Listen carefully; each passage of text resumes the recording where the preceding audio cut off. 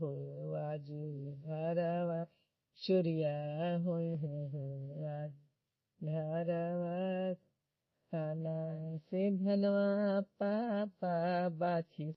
जय है अनजानो बेटी चोरिया जय है अनजानो बेटी चोरिया जय दुआरा परे बेटी चौकी दरवा रखबो